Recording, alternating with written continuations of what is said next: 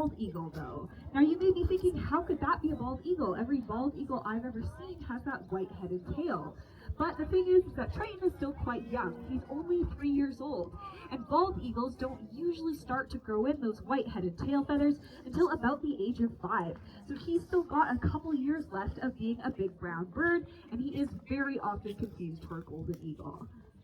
But the reason why bald eagles grow in those white-headed tail feathers, it is a kind of signal to the other eagles out there that that particular bird has been able to survive and take care of themselves in the wild for about 5 years. They've picked up a lot of skills in that time. Here he comes. And they now have what it takes to be able to raise a family. So that white-headed tail is a sign of maturity for these bald eagles. And the reason why it takes a bald eagle quite a few years to reach maturity is the skills that they need to catch their favorite kind of food takes quite a bit of practice. Does anyone know what a bald eagle's favorite food is? Fish. I heard the right answer out there. They do particularly love salmon. So they are North America's fishing eagle. And although it's a lot of work to get good at catching those fish, they do have some adaptations to help them out. The bottoms of their feet are super rough like sandpaper, which help them to grip onto those slippery fish. And the next time he comes up to the front, if you get a look at his legs, you'll notice his feathers only go part way down. And that is so when he sticks his feet in the water to catch a fish, he doesn't have a bunch of extra feathers becoming waterlogged and weighing him down. He doesn't want that. He wants to be as light as possible so that he can fly easily and so he can lift and carry large prey items. So generally speaking, these birds can lift and carry a piece of prey that's about half of their body weight. So speaking of, does anyone have any guesses as to how much Triton here might weigh? You can just shout it out if you've got a good one. 180, wow, you think I'm really strong, thank you. Any other guesses? I'm hearing a whole bunch of different guesses out there, like 30, 20. You guys are all a little high. He actually weighs about 7 pounds. So he is pretty light. He is mostly feathers, to be honest with you. He also has about half the blood volume. Oh, I know that you like me, but you don't need to hold my hand right now. He has about half the blood volume a mammal of a similar size would have. Hi. Oh, he's icy today. That was not very graceful. But another thing is that he does also have, his bones are honeycombed with hollow pockets. So that also helps reduce his weight and make him a lot lighter than he appears to be. Because he is still young and learning things, he is a little not so graceful in his landings. What you doing? You're being very sticky right now. Also sometimes, because these guys are used to gripping their food that's wriggling and trying to get away, they have like a ratchet system in their tendons, and sometimes they get quite excited and they forget to let go when they're trying to fly off the glove. So that's kind of what he's up to right now. There we go. Good job, buddy. But here in British Columbia, we do have a large bald eagle population. We have a lot of ideal habitat for them, a lot of lakes and rivers and streams that have a lot of fish, so they do very well here. But this wasn't always the case. There was a time when bald eagles were not doing very well anywhere, and that was because of a pesticide called DDT. Now, DDT didn't kill a bald eagle outright, but it did cause a calcium deficiency. That meant when they laid their eggs, the eggshells were so thin that when the parents would try and sit on them and incubate them and keep them warm, they would be crushed under their weight. So during this time, not a lot of bald eagle chicks successfully hatched. Thankfully, though, once we realized how harmful DDT was, it was banned in the 1970s, and since then, bald eagle populations have really rebounded, which is great news for them. But Triton, he did a good job. He is safely tucked away off of the field now. We do have to really make sure our birds are secured before we can meet the next one. Like I was saying, they are territorial over the flying field. They all think they're the only bird who gets to fly here. So if we had them all out at the same time, it would not be a very family-friendly demonstration. We would probably only have one bird left by the end of it. The next bird that we are meeting, though, can be an exception to that rule. They are the only species of raptor that is known to live and hunt in family groups out in the wild. So we are meeting Yucca, and she is a Harris's hawk. Now here she comes. Now that's not a species you would see in the wild around here in British Columbia or anywhere in Canada. They're native to the deserts of the southern United States, Mexico, Central America, and South America. But they are a very popular falconry bird. Because of their social nature, it is a lot easier for us humans to train and build relationships with them, so they are used as working birds all over the world.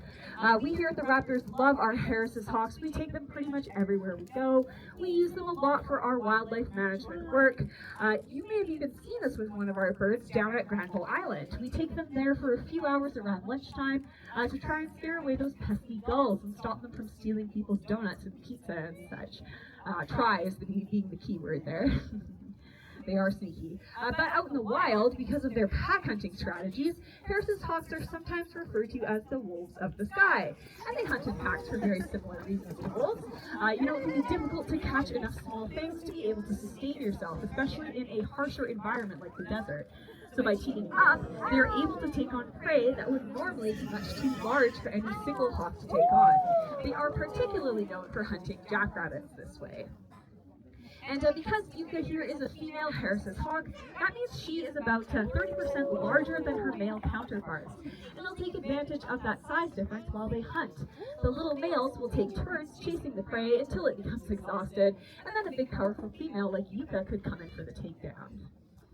I do love this part of the demo because it's where I get to figure out exactly who's afraid of birds. Of course, Harris's hawks, they do still need to be able to catch small food on their own if they were ever to find themselves separated from their pack out in the wild. So they will hunt little mice, lizards, snakes, anything they can get a hold of in that desert. But you can also see that she's got some lovely long tail feathers there that act as a kind of rudder, helping her steer herself through the air. This is helpful when chasing little things on the ground because she does not want to go flying full tilt into a cactus, of course. But it also helps on a vertical, meaning that they can meaning that they're agile enough to catch something like a little bird right out of the sky. So we're going to do a little demonstration of this. Just watch her tail as she comes down, and we'll see if she can catch this thing here. Oh, good job. That was a nice catch. Yeah, she does deserve a round of applause. So they are very agile in the sky. They're also surprisingly agile on the ground. So usually out in the wild, it's the little males, but they will... They will run along the ground. There we go. They will run along the ground, chasing rabbits out of the bushes, and sometimes right down into their dens.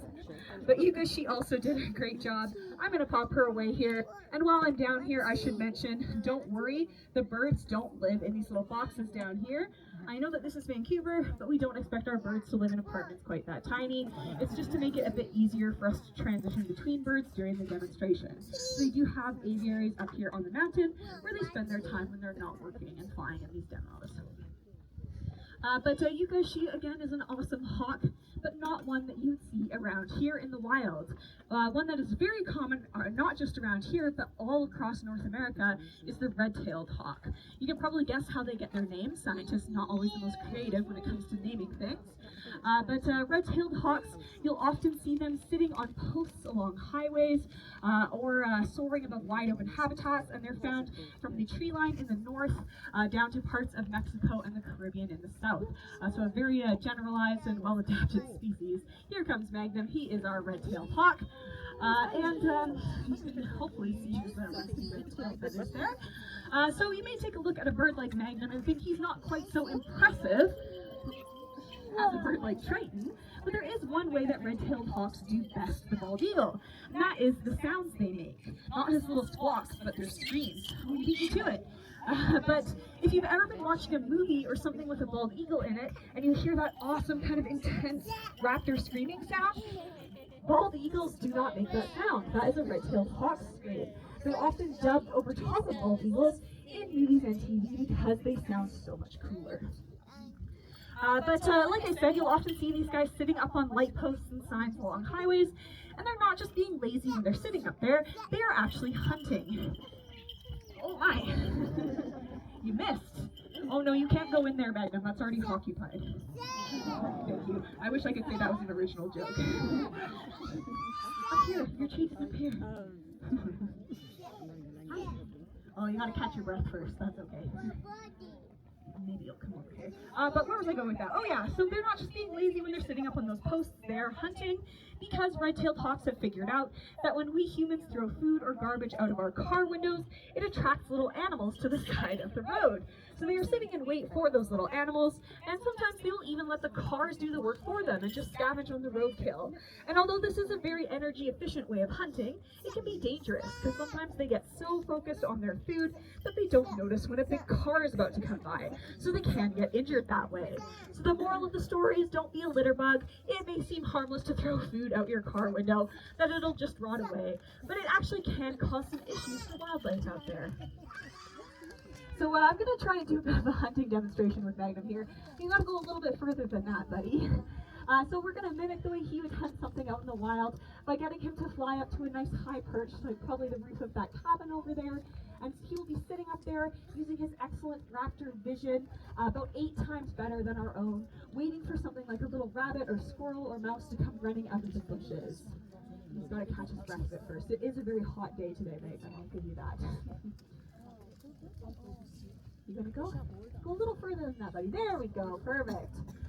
So, like I said, he's sitting up on a nice high perch, waiting for something like a little rabbit to come bursting out of the bushes. He's gonna come in swooping nice and low to disguise his shadow.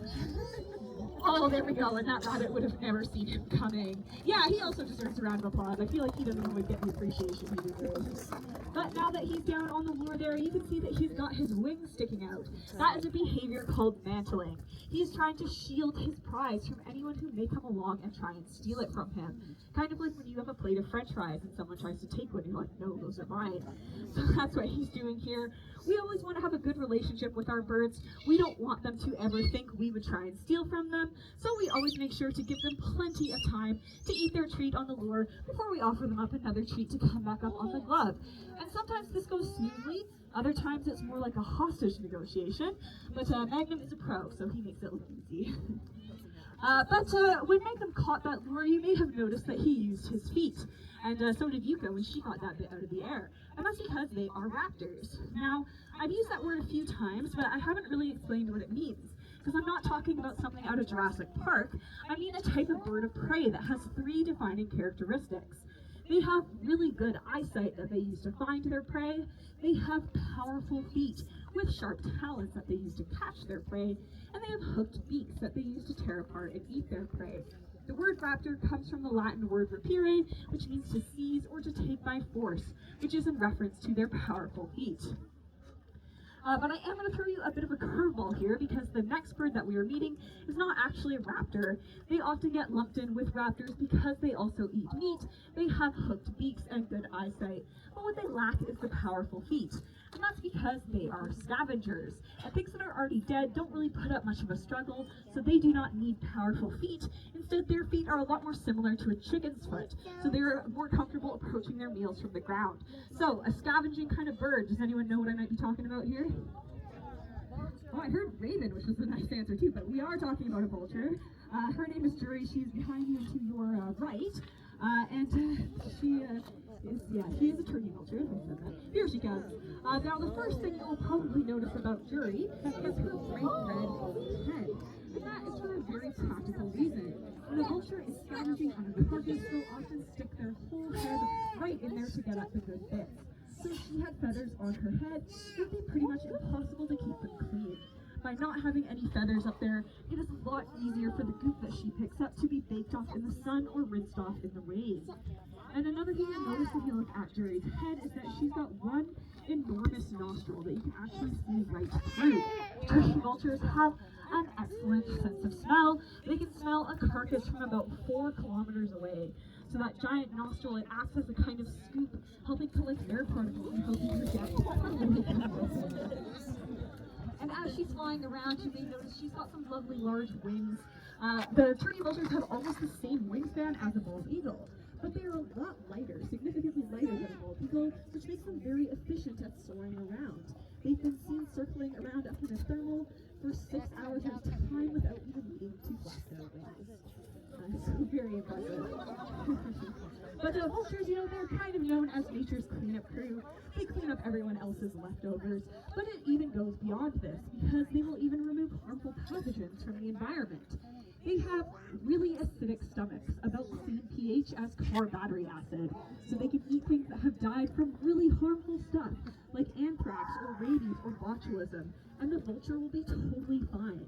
In fact, what comes out the other side is totally sterile. It's so sterile, they even use it to clean themselves. This may sound a little counterintuitive to us humans. Oh, you want to walk on the ground instead? That's fine. But they are so, excuse me, yes, it's so sterile, they use it to clean themselves, which may sound a little counterintuitive to us humans, but it's true. As she is walking, showing you how comfortable she is walking along the ground there, you may take a look at her feet and notice that they are covered in a chalky substance, and that is because she relieves herself down her own legs. The acidity of it helps to kill any bacteria she picks up, hanging around all those corpses, and it also helps to cool her off in a process called urohydrosis. But as Drury slowly starts to meander her way off of the field, I will tell you my favorite. Oh, you're going to be an ankle biter today? I'll tell you my favorite thing to tell people about vultures, and that is you do not want to scare a vulture because they vomit when they are afraid. This may seem like a bit of a weird self-defense mechanism, but in a way it's kind of similar to a skunk. Because if you think rotting meat smells bad on the way down, it smells even worse when it's partially digested and it comes back up. So they scare things away with their stinky vomit, and it also helps to lighten the load. You know, makes her a bit of an easier takeoff if you don't have a belly full of meat that you've just been gorging on. As well, turkey vultures do not actually have any vocal cords, so they can't make a big, powerful, intimidating scream like a red-tailed hawk can. So they need something to be able to scare away their predators. So people do tend to find the vultures a bit off-putting because of their more nasty habits, but they are very important for our environment. Because of the diseases they remove, it's estimated they save our healthcare system thousands and thousands of dollars every year. So we definitely do not want to live in a world without vultures. The next bird that we are meeting is pretty much the exact opposite of off-putting. She tends to be a bit of a crowd favorite. We are swinging back to raptors here. Does anyone know what kind of raptor usually comes out at night? Owl, that is correct. We are meeting an owl. Her name is Daenerys, or Dany for short, and she is a great owl. They're called that for those tufts that stick out at the top of her head. They're not actually horns, and they're not her ears either. They're just feathers, and they're used for camouflage and display. Great horned owls are another really common bird across North America. You just don't see them as much as you see the red-tailed hawks because they blend in so well. And although owls are raptors, they do couch their food with their feet, they do have a few unique characteristics that set them apart. Instead of using their vision to find their food, owls rely mostly on their excellent sense of hearing. Some owls can hear a mouse's heartbeat from 20 or even 30 feet away. If you get a look at Dany's face, you'll notice it's framed by some darker lines. That is part of her facial disc, and those are specialized feathers that help direct sound into her ears. And some owls even have asymmetrical ears, so one is slightly higher than the other, and they're pointed in different directions. And this really helps them be able to triangulate sounds. The owl's feathers are much softer and more flexible than other birds. This helps to absorb sounds, and the leading edge of their wing feathers is serrated like a comb, which helps to reduce turbulence and break up sound waves, meaning these owls can fly in almost total silence. They are excellent ambush predators. But I think... There, I bet you guys didn't hear her wings at all. But I think Dany's most striking feature are her big, beautiful yellow eyes. Owls have very large eyes. It helps let a lot of light in so they can see in low light conditions. Their eyes are so big, if we had similar sized eyes, we would have big eyeballs the size of grapefruits in our head. They're so big that they can't move them around in their sockets. They're stuck looking straight forward. But they're able to make up for this because they can turn their heads really far. Not completely around like you may have seen in some cartoons, but she can turn her head about 270 degrees, so 3/4 of the way around. Still pretty impressive. She does have twice as many bones in her neck as us mammals do. And it's actually all birds can turn their heads that far. It's just the owls that tend to get the reputation for it. But great horned owls like Dany, they are known for their extra strong crushing grip for catching their prey. They can grip at about 500 psi.